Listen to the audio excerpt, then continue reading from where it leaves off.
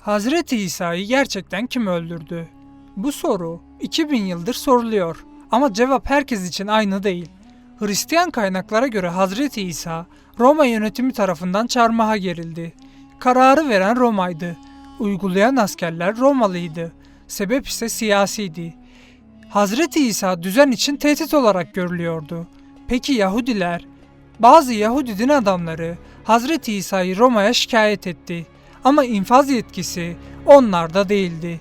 İslam'a göre ise tablo tamamen farklıdır.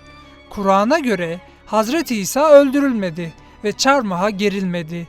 Ona benzeyen biri öldürüldü ve Hazreti İsa Allah tarafından yükseltildi.